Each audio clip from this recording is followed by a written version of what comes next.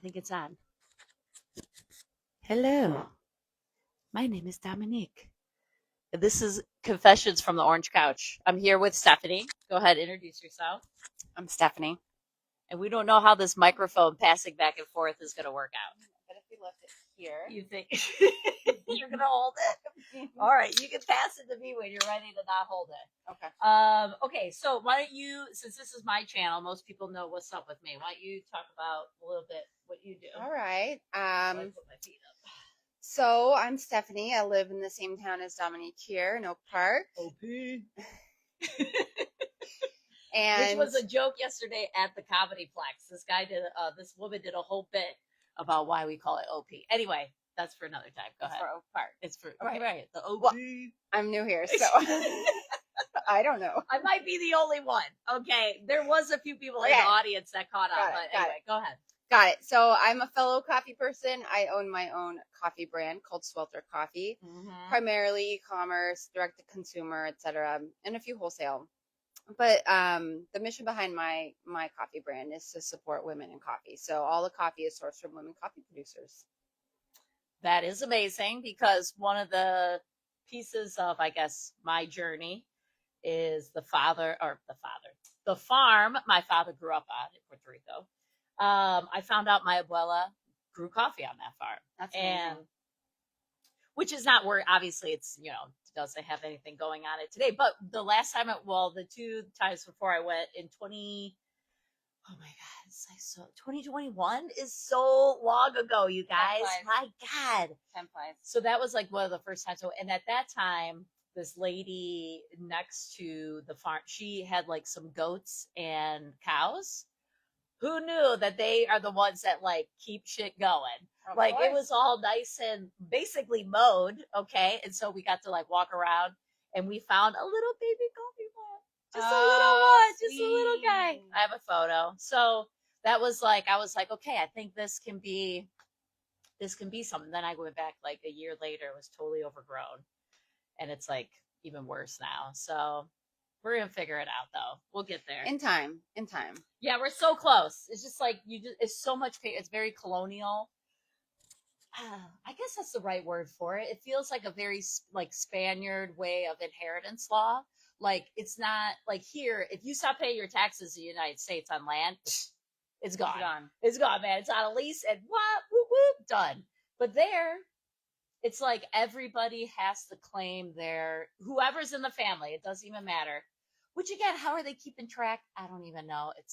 But anyway, so you got to get everybody in the family to agree and do all this stuff. And it's a lot of work because it's a big ask for people to be like, well, what am I going to get out of it if I do all this? Is any family still left in Puerto Rico? One. Oh, yes. My Titi Noemi, my Titi Lucy, and my Titi Mirti. So the 3 sisters of 12, boys and girls, are left. I know. 12. So can you imagine how many people I have to contact for this land? It's like a thing. It's a whole thing. That's why it's taken so many. Plus the lawyers in Puerto Rico they're just on their own time frame, you guys. Like just I mean, I feel like the lawyers in every other part of the world, they are charging you if you breathe in their direction, right? That's $125 an hour. But these, I mean, I just like it's a good thing, bad thing, right? Because first, am I going to be charged? Like, I'm not really sure. I haven't seen an invoice in 2 years. So we'll find out at the end. But they also just are not, really responsive, and they kind of just la. So anyway, it's been a very long process. Priorities. They got other priorities. We just got one family, 2 family members left, and then we can move on to the like, show me the money, how much, which is going to be a whole nother thing, right? Because now people are like, well, how much is it worth? And blah, blah, blah. And you're like, well, it's dilapidated land in the middle of the campo. Like, it's not worth all that much. Anyway, it's going to be a thing. So how was your week then? Busy. Okay. Like in a good way? I suppose so. I mean, that is by far the most cryptic answer. Wow. Depends on what you define good or bad. Okay. All right. Yeah, fair. Lots of work, lots of different types of work. lots of housework. We're renovating our house, so Oh, projects, that's right. ongoing projects. How's that go? Wait, you're splitting a room or you're putting a wall with something, right? If my memory Yeah. serves. Well, Okay. yeah, we've sort of split. My husband's finishing the kitchen, and then I've decided to take on my kids' room. So we moved the pantry into their room, Oh but my we're making a gosh. secret room. So I am making Dang. a secret sliding. So on top of running a business and building it and growing it and all the things that go with that, and being a mom, you are trying to create a hidey hole for your kids.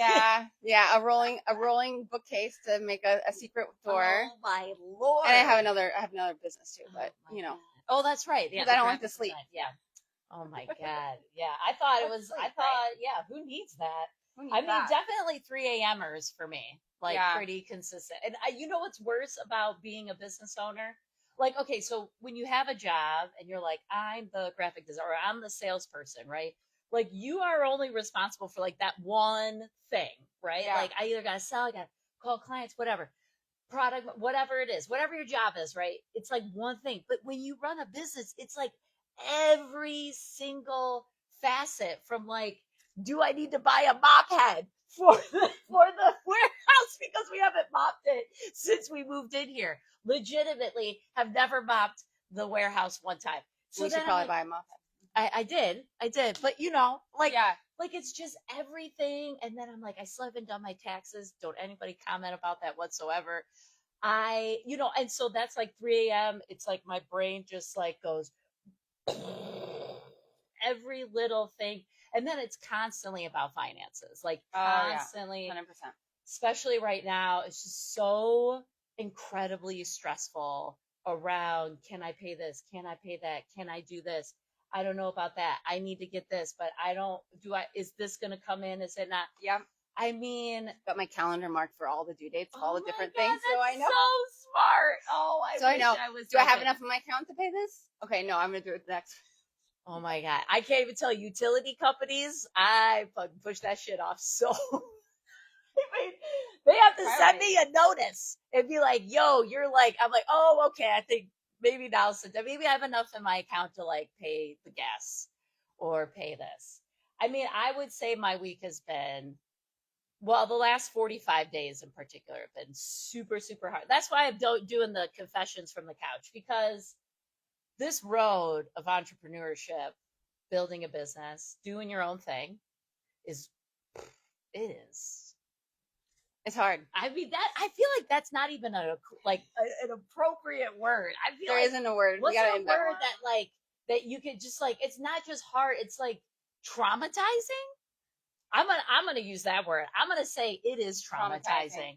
And traumatizing in the way of like just the fluctuations between, like, I could be at the cart and people are like, oh my God, you're like the best thing I've ever seen all day. Well, I can't believe, like, there's so many times people are like, I am so glad to see you. I'm like, man, I wish I could go to my own house and my family's like, man, it's so glad to see you.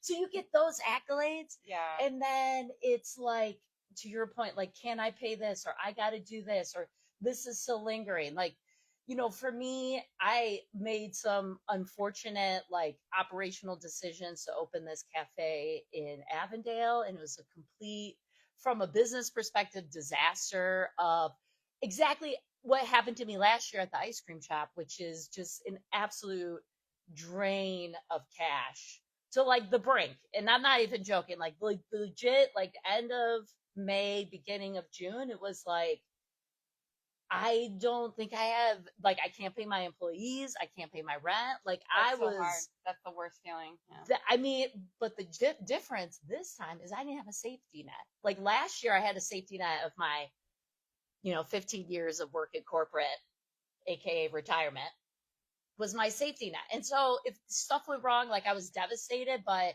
I knew I could bounce back. This was the moment I didn't think I could, like, legitimately. I didn't think I was going to bounce back. And that's why you have a really great network. So I really appreciate my family member, who shall stay anonymous, for like, okay, we're going to help you figure this out. Right. Mm-hmm. And so it was like a nice little buffer, like nothing crazy, but like a nice, where I could use June to try and like build back and do all Yeah. these things. And so I would say that's great and that's working out to a certain degree, but I don't think I've ever been like I've probably been depressed 5 times in my life. Like I can count. I can know them all. You're lucky. I know. I am lucky. 5 times. But this time, this was one of those times where I was like, I said to my husband, I'm like, I don't know why I feel so sad all the time. Is that like a thing? But there was all this stress going on. So anyway, so I finally like we figure it out. We close operations in Avondale. I'm still like picking up those pieces, right? And Right. it's so traumatizing. Like just driving out there, I like want to throw up in the car, right? Because it's a big mistake. It's a Yeah. big failure on my side. And I had employees, so you know all of that. Is it a failure though? I don't think it's a failure. I It's not your mean, fault that for an egotistical person like myself. No, I'm just kidding. I mean, you're right. It's didn't not get enough foot traffic. right. That's not your failure. I know, but Maybe needed more data to determine if it was a good investment as far as that correct. goes. I mean, I That's a think good lesson, but from right. I mean, it is a lot of. I mean, every failure is a lesson, right? Like you learn something from every failure. I thought True. for sure I learned from the ice cream shop because it was so brutal. yeah. I don't know if you guys know anything about me, but I don't do well with boredom. And so I was like, I can't even do this. And I would close, I started like, I think at first I stayed open to like 3 or 4. And incrementally, I would close earlier and earlier because I was like, I can't Yeah, do just hanging out at the shop. this yeah. boredom. But the thing is like, so I thought I learned from that and I thought I would do better. I would be smarter. And I did some things smarter, right? I like went to food and I mean, Inez. You were trying a lot of stuff. Right. Yeah. We created this great partnership. So I will say, although I would say it feels like a failure, right? Because you didn't succeed. I didn't get my goal, right? I set out, I was like, Avondale's going to be the consistent cash flow. Like this place where I don't have to be so seasonal, which is by primarily my business right now. But it didn't work out like that. So now I'm right back where I started with a whole lot more debt and a warehouse. I got to figure out how to monetize in a way that supports the business where I thought that was going to do that. So out of that failure though, I met Inez from Chicago Mama's Kitchen who like talk about traumatizing, dude. She has a trauma, which maybe we'll have her on sometime, but like a great relationship, you know, so like good things came out of it. And I love the Avondale neighborhood. I highly recommend it. It's like such a cool place. And they have awesome stuff, but man, was that, so I had to go back there this week is kind of where I'm leaning back. I'm coming back, you guys, coming back to why I'm doing this because I need a vent. My husband does not really appreciate me being like, I think it's all gonna fall apart. There's He's only like, so much the family can handle. It's with me venting. too, man. Are we falling apart like that? I had to go back there this week and kind of figure out the final pieces. And then, why is the fire marshal here? I'm gonna turn around. Oh, is he turning around? That is not cool when you're in the middle of like hanging out. So, and then they like work this weekend, and I'm not just prepared. I don't have the mental bandwidth to think about all the things they need, and it just was a disaster. And I'm feeling guilty, and like it was anyway. My daughter went to breakfast today. She's like, I don't understand why you're so mad right now. I'm like, it's not you, man. Like I'm just in my own head, and like kids, you know, they don't get that kind of stuff. Well, maybe she's 14, so she kind of gets it, but I'm just like, I'm in my own head. I ruined breakfast this morning, essentially, is what I'm saying with my brooding about how to, because number one, I can't stand leaving people hanging. Yeah. It's the worst. It's the worst. I feel like you're doing people, especially employees. I think like for me, if my employees aren't successful, that there's something that I miss for sure. Like that's just how I think, like, you know, if they didn't do this right. So there was a pin on the POS. Well, I didn't explain it. You know what I mean? So anyway, so that's what I'm really for. But I do want to turn back to the fact of, I am really sorry you didn't get that grant, by the way. Yeah, I'm not surprised. Really? Yeah. Was it really competitive? Do you feel? They don't tell you at all who else applied for They it. don't even give you a number, No, like how many. no, no, Like, no, because no, you went no, to no, the no. third round, right?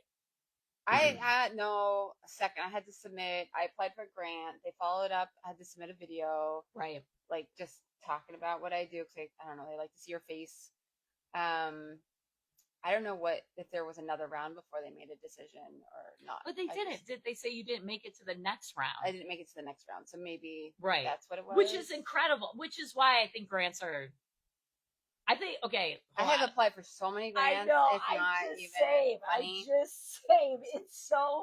It is so demoralizing. And here's the problem with it. It's like the demand outweighs the supply. So there's just not enough there's so many people competing for capital. And I'm sure we'll both attest to this. As you're trying to build your business, you need capital You need along a the way. lot of cash. Just you like need a lot of cash. and number one, banks hate, and no matter what bullshit they put on their ads, like, oh, we're a community bank, bullshit.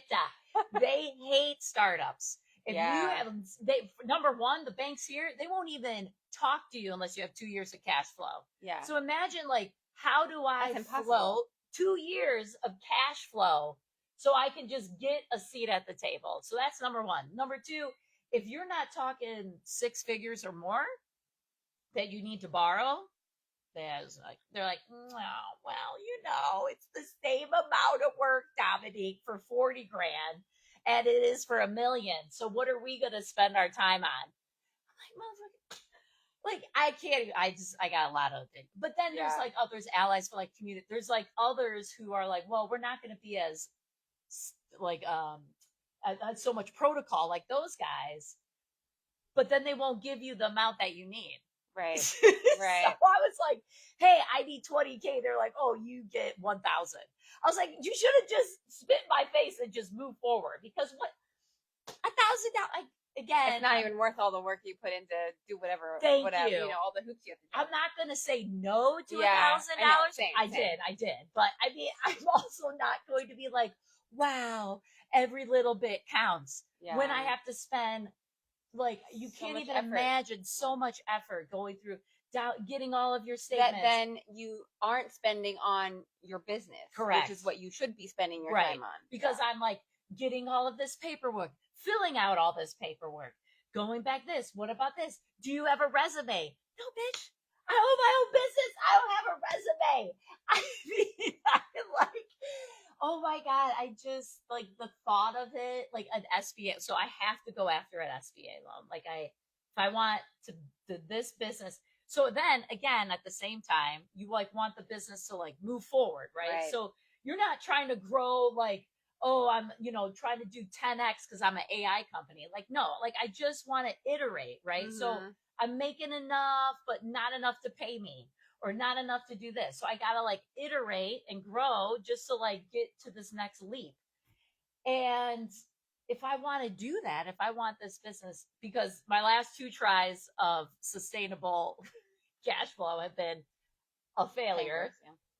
So how do I build something that's going to be sustainable all the time, even outside the carts? And the carts were growing more into like event stuff. So being able to like go to corporate events, or that seems to be going better. Yes, that is, I just did basically like a sort of, it was kind of a corporate party, I guess, but it was an individual that hired me right here in Taylor Park. And that is a much better way to spend my time. Yeah. More, number one. Number two, it's a higher return on investment.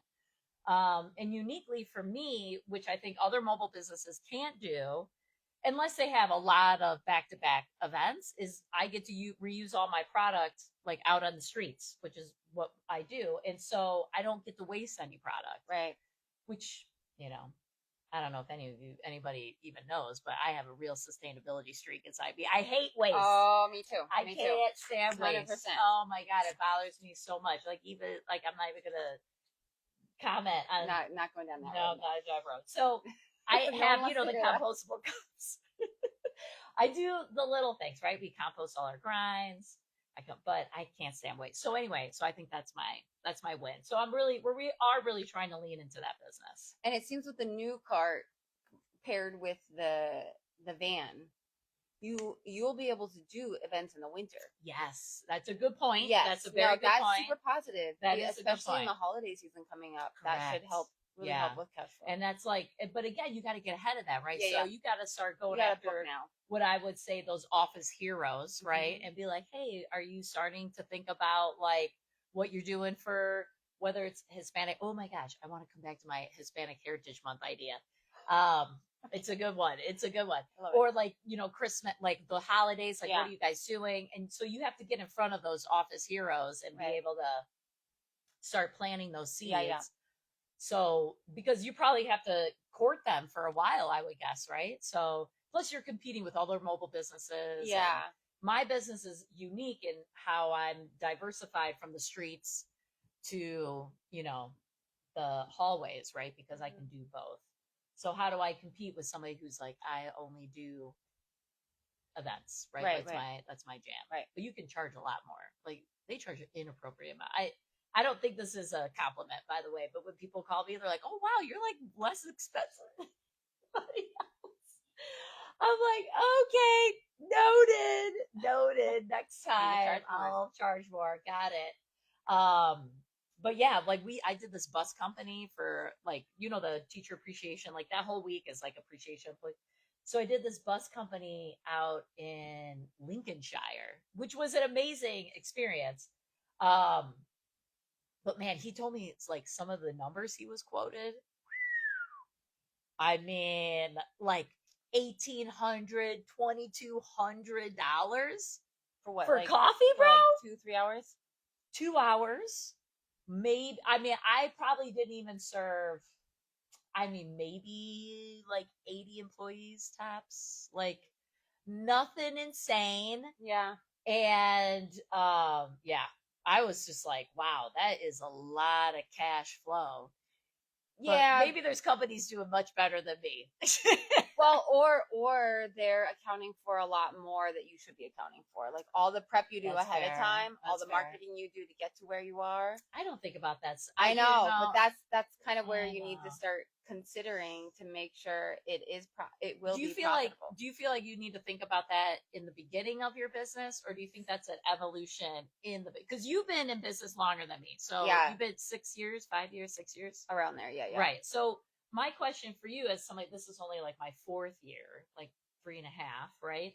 So like, is that something that you think about, because that feels like so much to think about in the beginning, but It is overwhelming in the beginning. do you feel like that's an evolution of like, how do I account for all of these other things that I do? Which, if I even told you guys the amount of stuff that I do behind the scenes, Yeah, you'd be I like, think do you sleep? at the beginning you're just like it's your mind blows. You just can't understand all of that you need to account for. But as you get in and start running the businesses and you're still not thriving, you're still not paying yourself, you're still not, getting to profitability, then you start thinking about, oh, right, you do have to account for all those things because eventually you don't want to be the one doing all those things, right? You do need to hire that out. So you do need to start factoring if you actually paid someone to do all this stuff to make your life easier so you can focus on the important things that you need to do as CEO of your business. Right. You have to start factoring that in and building that as you grow. And getting your business to grow at a price point. It's taking me years. I still battle with it. I still probably don't charge enough. I mean, that's such a good point. Yeah. That actually, I mean, not only do you need to account for all that work, but you also need to account for what you need, the cash you need to be pumping back into your business constantly to get the growth. Because that's the thing too, is you need to be able to, you just need constant cash coming in to get your business to grow. Do you hear that? Constant cash. You just need that faucet. So that's why subscription-based businesses get all the capital, get all the investment, because that is consistent and constant cash, right? No, I love subscription. That's why drive-through, Paul will tell you if I were to go up to an investor today and I'd be like, hey, I'm thinking about opening up a drive-through, they'd be like, do you want $1 million? No questions asked. No questions asked. I guarantee you. Because, like, that's the point. Like, a drive-through is consistent and constant cash, right? And I would admittedly say I don't have that. Like I do not have consistent constant cash coming in. Mhm, And mhm. in like a subscription base, right? I can count on that. Mhm. That is going to come my way.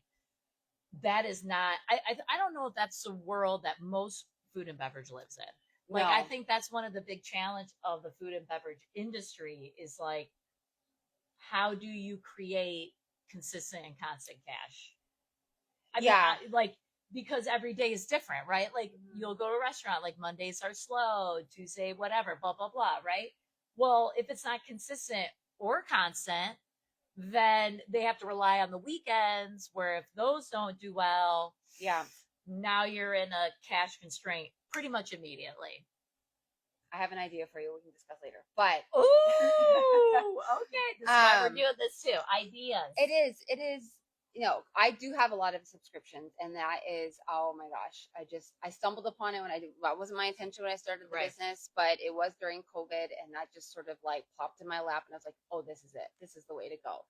Because it's more cost effective to get those customers, Yeah. and then having that, even though like it fluctuates, but knowing you're gonna have that, influx of cash at certain points, you can count on it. You can plan for things, Right. and it's really the only thing that has sustained me as I'm trying to get other aspects of the business to grow. Yeah. But landing subscriptions in the food and beverage is actually really hard because it is a different sort of model. People are used to subscribing to things like toilet paper now, or Mm-hmm. food, or like pet food, or Or my or Apple all your data streaming plan. stuff, all of that stuff. But the mental leap of a subscription to a staple like food, and for me, it's coffee beans. Well, I But guess even for Instacart, you, right? Instacart. Instacart isn't a subscription. I think it is. Is it now? Totally. Okay. Well, I haven't been on it in years. I think if you want like fat, so again, they got smart, right? Yeah. After because it was okay. I just have an account and then I pay for my groceries, right? Right. And then they take a kickback. But now what they do if you want certain, I'll use the word privileges, right? Like, oh, I want it faster. Yeah, or yeah. I want to be like ahead of what I don't know. You All need to the pay that pieces. subscription. Mm-hmm. Because added value, which is Yeah. what I think is Yeah. the clutch part about it, Right. right? Is how do I create a subscription that adds value Mhm. where you're like, man, that makes a ton of sense, right? Mhm. Like if I could get that, then I can get more value out of food Mhm. and beverage, Mhm. whatever Mhm. it is. But I did always appreciate out of COVID came the I will deliver alcohol to your door. Yes. I thought that was excellent. Excellent. An excellent byproduct of Yeah. such a horrible time in our history. Yeah, yeah. No, absolutely. But yeah, constant cash. You just need constant cash to get things off the ground. Damn, dude. And in the food and beverage, I mean, we just like, and it's really interesting to me because everybody wants food and beverage. Like my husband today is complaining about how we don't have a good sandwich place in in our town, or we don't have like in general would say we don't have good food. Which I mean, he hasn't been to every restaurant here, so Yeah. that's an opinion. But Yeah. like how important it is Yeah. to the community that you live in. It's like good places to eat, like good spots to frequent, whatever it is. And even the that cocktail place, the Grove, closed, Mm-hmm. and there's no compliment to that. Like, Yeah, I had never made it. I don't think I made it to the Grove before. oh, it was a great spot. I I'm mean, sure. yeah, I wouldn't have zero complaints. I would say Mhm. if you wanted a nice cocktail, chill, hang out, like that was the spot. But there's nothing that I know of yet that can take its place. Right. So, like, where do you go? Like, we were walking around and we are like, where would you go for a drink? Like, I don't want to go into the Victory and sit at their bar with all the restaurant people. Ew. Like, no, I don't want that. Like, I'm not eating. Right. So, like, where do you go? And well, in Oak Park we can't have bars, so that's a problem for another day. But I'm not gonna, you know what I mean? Right. Right. And so you look for those things in a community that you live in. You're Yeah. like, do you have good like food places to go? Blah blah. But then if you don't frequent them, Mm-hmm. then they die. And then you're like, man, that sucks. That place died. You're like, because you need frequent and constant cash flow. Yeah. Yeah. So going to a place once a month isn't going to support that. It's just not. No.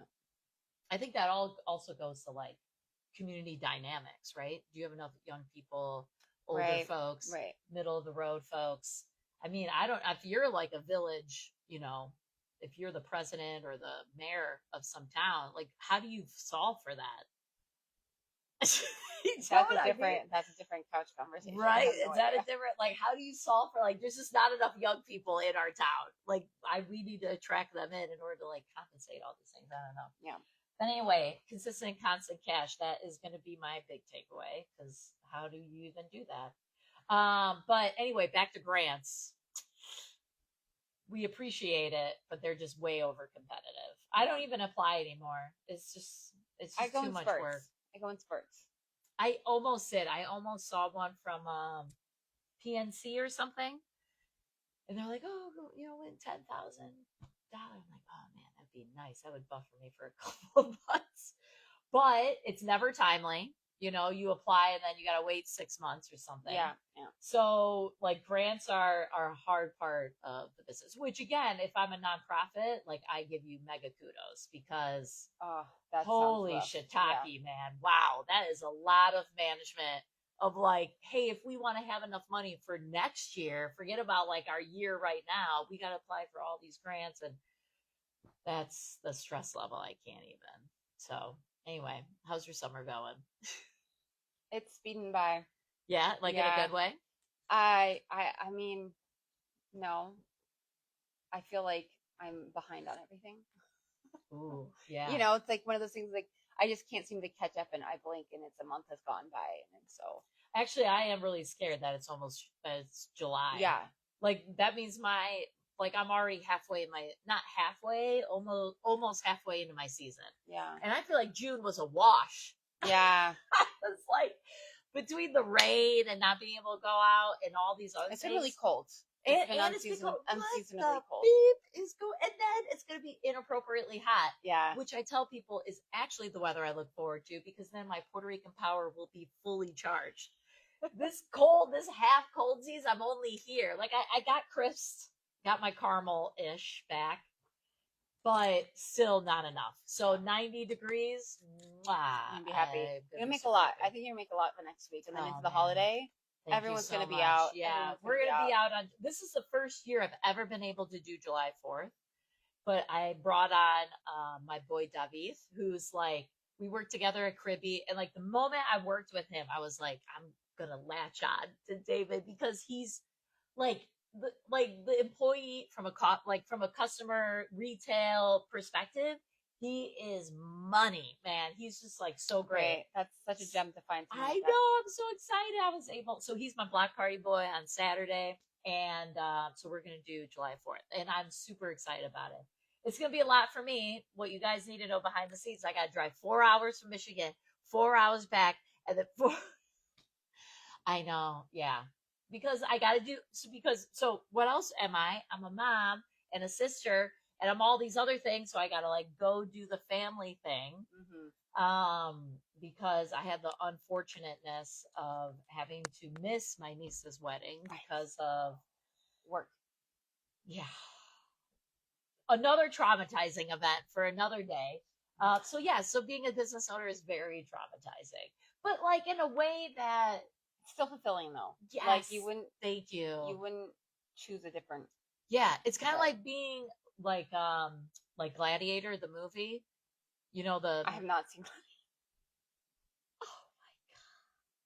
You too, Brute? Sorry. Oh my God. Okay. Well, I'm Russell Crowe. Keep with your reference. I'm sure everyone. Oh my God. You never see. Anyway, we're gonna put that on the watch list. Okay. It's a great movie. Even better soundtrack. Hans Zimmerman. Perfection. Anyway, so like he's a soldier, right? And he hates it, but he loves it, right? At the same time. Mm-hmm. And because it's traumatizing, right? Like you're killing people, like that's traumatizing, but also like you're focused on the greater good, right? In the movie, it would be for the people of Rome, right? Whatever that vision is. So that's what I do feel like is every day is like this trauma, but this vision that you're like working towards, right? Like this is what it's going to be. And so I'm going to take all the scars with me to my grave. No therapy for me. No, I'm just kidding. I'm probably going to need it at like 65, 70. Well, that's when my kids are going to need me in therapy with them. because we traumatize them Yeah. consistently. They're never gonna let shit go. There was like an incident from COVID where I got like super frustrated and I chucked a gummy out the back door because I was like, get your own gummy. Because I don't know if you guys remember, we were servants all throughout COVID. Can you give me this? I'm on Zoom. Can you give me that? I need lunch. Like we're serving them lunch because they're on Zoom. Oh my God, I can't even. That's another traumatizing period. Anyway, so I got a little frustrated and I might have chucked a gummy out the back.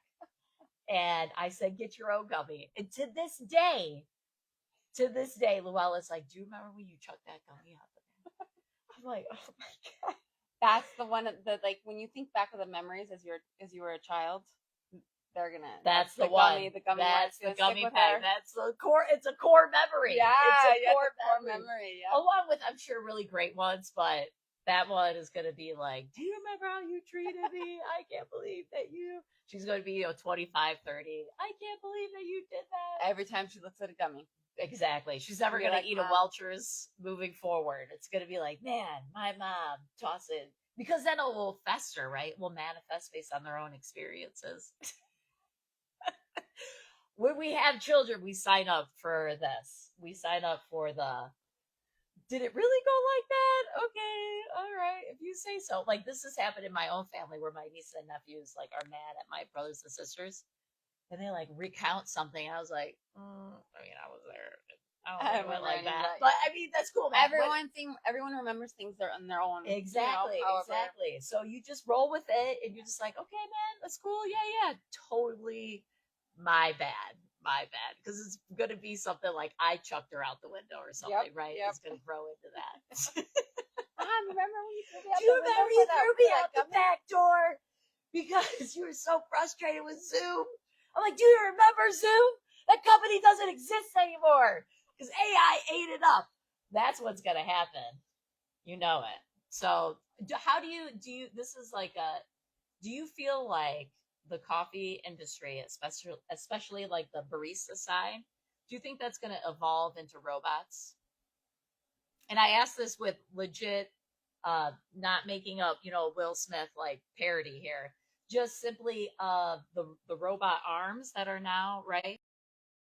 No, do you guys have this problem where your phone is so old, the battery like officially dies in like less than an hour? Yeah, this might be cut off just simply because of that. Well, we got to cut off. I said only 30 minutes. I was thinking only 30 minutes. Yes, the robot arm. Yeah. And I have another coffee business owner who said that the consistency of like something as simple as a latte was noticeably better than a human being. So if you're looking for something like consistent, transactional, like an airport, right? That's where you see most of them. That's where I've seen them. But do you feel like that could spill into your local coffee shop? I don't know. Just because people look for consistency, right? And I think you might. I don't know. I do not run a coffee shop. I do not work with baristas, but we're awesome. But in cafes, that like you go to a cafe for that human experience. True. You can get things anywhere, but you'll return to one. Yes, you need to have the good quality, but you do have that person experience. So I don't think they'll take over. Yes, maybe they can be more consistent, but I think the general public is not there just for the consistency. Okay, so she took my bait. Obviously, I know baristas are never going to be replaced. We're too awesome. We're the people. Yeah. But my thing is if that's not a replaceable, like we as society would say, that's not replaceable because it's just too valuable to me, right? Talking to the person, blah, blah, blah. But then at the same time, that is a job that we need people for, but doesn't pay. Right. It can't meet somebody's like full needs, right? But I don't think robots won't show up. Like right. They will show up. Okay. They can't replace all baristas, but maybe the barista's value will be brought in other ways so that they can have a higher pay. And then you're gonna have to pay them salary. That potential. I don't know. I don't run a cafe. That's like a whole other business. I do not want to do. Yeah. Because there's no consistent and constant cash. You're gonna, you know what? Maybe it should be like, you evolve the cafe into like a VFW. Do you know what VFW is? No, So I don't think it's so. like where veterans go to hang out. Okay. I think veteran VFW. I forget, Veteran Federation something. I don't know. Maybe somebody will comment. I forget what it stands for, but it's basically for people who serve in the military. They create legions is another thing that they created, where it's called like the Legion Bar or the local Legion, whatever, Right. and it's Okay. all veterans go there, and they get super cheap drinks and camaraderie, right? Like food, they do fish, cook out, they do all kinds of stuff. My dad was like bingo master. Number one, he didn't serve in the military, but number two, I don't know how he got this gig. He like was the bingo guy. like legitimately, if he would take me on his bingo night because he couldn't miss. Who knew? So I would sit at the bar. Our kids will never know this, by the way. I had to sit at the bar with zero entertainment and sip on Shirley Temples until I was like basically a crack addict for like 3 hours, just sipping out of Shirley Temple, eating those nasty cherries. Hours. Nobody to talk to, like maybe the bartender, but not really. I was like legitimately 10 years old. I mean, so anyway, that's like a thing where you would have a membership and you pay membership. Right. And so my point is could you evolve the cafe into a membership where you get a lot of value, where you get like maybe a seat at the table, maybe you get, or like a seat at the counter that's yours, or I don't know, like what could you possibly do to get people to pay a membership and support? Oh, sorry, is that you? Oh, you got the OG whistle? Like you never changed your whistle? You guys know what I'm talking about. That's like what it comes with. You never changed it. I like it. Wow. Okay. Is that what the default is? I don't know. I've had it for so long. I don't remember. Absolutely, it's the default. Yeah. And then most people, like mine is a T-Rex roar now. I don't ask me why. I like Jurassic Park a lot. I also have Blue, You're My Boy. You know what my husband and I used to do? This is before Apple, like really. So you could go into iTunes and basically rip a ringtone from a song. So you could go in there, download it, and then upload, because at that time there was no cloud. When you had to update your phone, right? You had to like physically to a computer who would physically, go to iTunes and do it. So anyway, plug it in. Yep. Exactly. You had to plug your shit in at night. It was a whole thing. And if you didn't like back up your stuff, totally screwed, dude. Absolutely screwed. There wasn't even like, oh, it was bad. So anyway, so back to your Shirley Temples. Whoa, we're going that far back? No, I'm just saying you could rip it off. Oh, right. So now I have a ton of like Kanye West, Lionel Richie. So I've ripped all and created all but you can't do that anymore. So anyway, yeah, I haven't had the in a long time. Nor have I heard it. Usually it's like a bing, like they've changed it to something else. So way to keep it original. I like it. It's in the movies. I don't have to think about it. You have to, and I know exactly what it is. You know what the worst part is that if somebody uses your ringtone for like their calendar alert. I've never heard that one for the calendar, but okay. Sorry. Oh my God, that's the original ringtone. No, it's not. Yes, no, it's not. Okay, it is. Get off my phone. I like.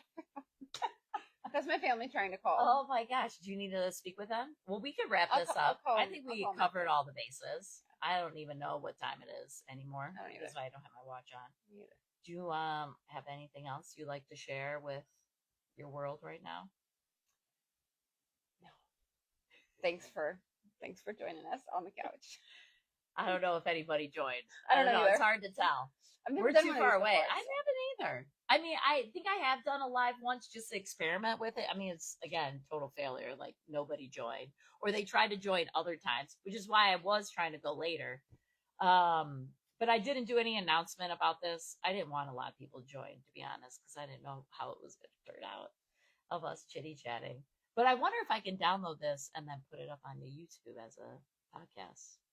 I don't know. Anyway. Instagram will let you do it. All right, we're going to put a pin in it and say, and we don't even know if this microphone works. So the green light is on, so I think it does. I mean, but can they hear us? I don't even know. So this is, we'll call it entrepreneurial. No, I don't like that word.